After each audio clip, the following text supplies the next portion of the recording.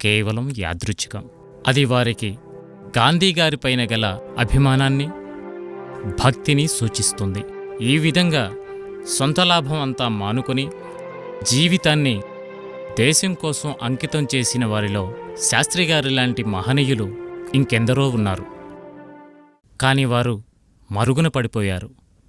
ఎటువంటి ప్రతిఫలం ఆశించలేదు. ఎటువంటి పదవి వారిని వరించలేదు. పెదవే లేని వారికి పదవి ఎలా వస్తుంది? అటువంటి స్వాతంత్ర సమరయోధులకు, నిజమైన దేశభక్తులకు ఈ దృశ్యమాలిక అంకితం.